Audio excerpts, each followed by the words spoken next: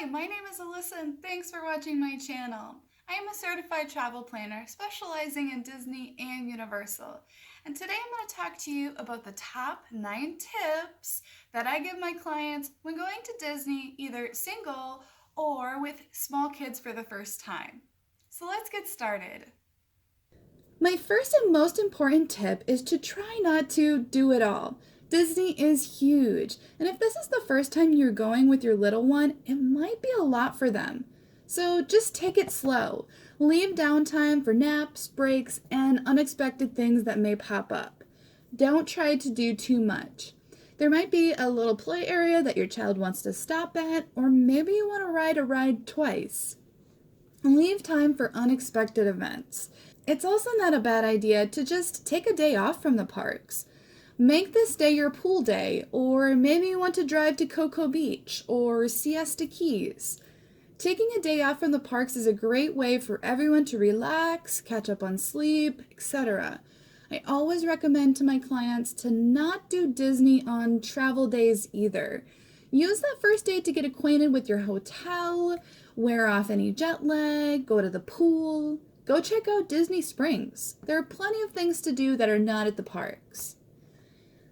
If you think that you might not be able to go to Disney alone, there are a few childcare services available that can accompany you to the park, or if you just need a night out on your own. There are companies that will come watch your kids in your hotel room for you.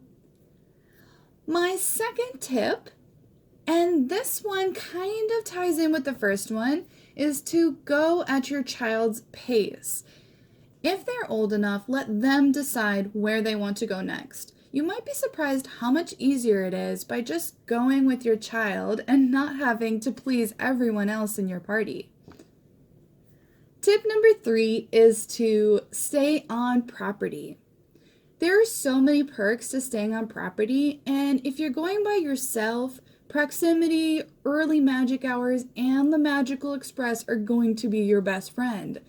Disney has so many amenities to make your life easier, from delivering your suitcases to your room for you, to allowing you to go into the parks an extra hour earlier.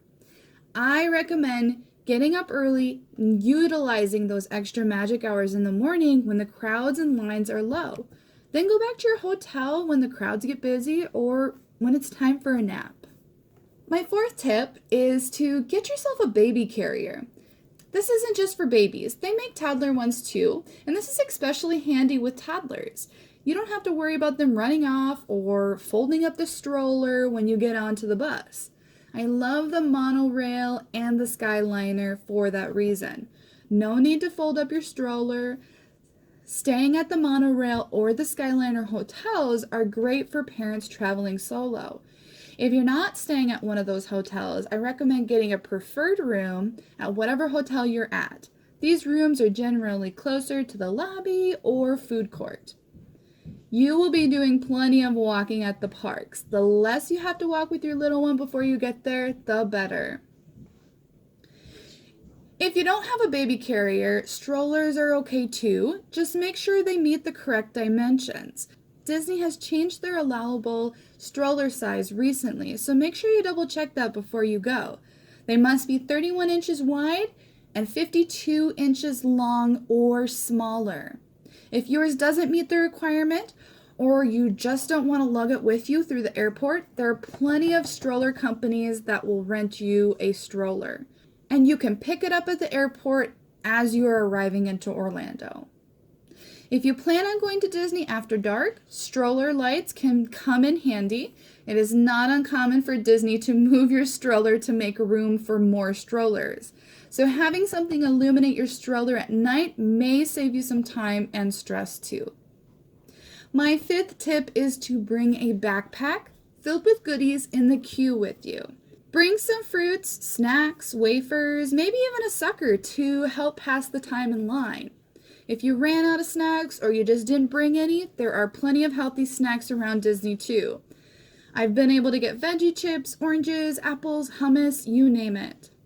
I also recommend throwing a book or two in your backpack.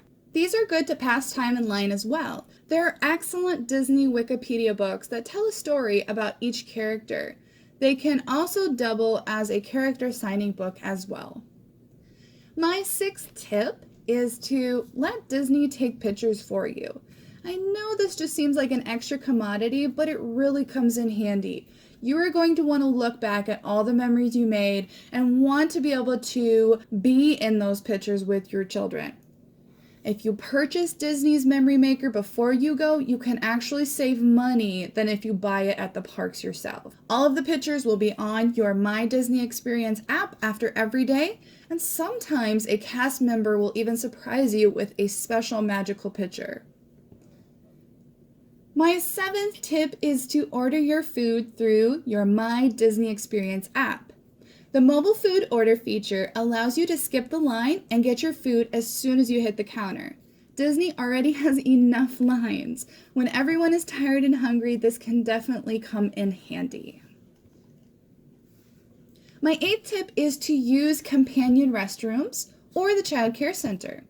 You don't need to worry about parking the stroller or the other child that doesn't need to go. Just take it with you into the companion restroom. The childcare centers are also wonderful. They are in every park and have several rooms in them for diaper changes, breastfeeding, cool-down spots, restrooms, you name it. You can even buy diapers, pull-ups, food, formula, medicine, bottles. They also have microwaves, refrigerators, high chairs, and TVs. It's a great place to take a break from all of everything outside. If your child is overwhelmed or maybe it's nap time, these are great places to go.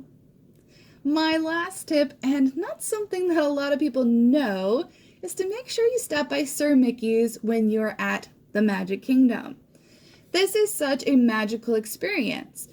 If your daughter, or maybe even your son, wants to, they can get pixie dust sprinkled into their hair. You just need to ask any cast member in the store, and if your child is 3 years or older, they will wave a wand full of sparkles into your hair. So I hope you liked my top 9 tips. There's so many tips out there, and this barely scratches the surface. But if you are interested in going here, contact me. I would be happy to give you more tips and help you plan your next trip. Thanks for watching. See you soon.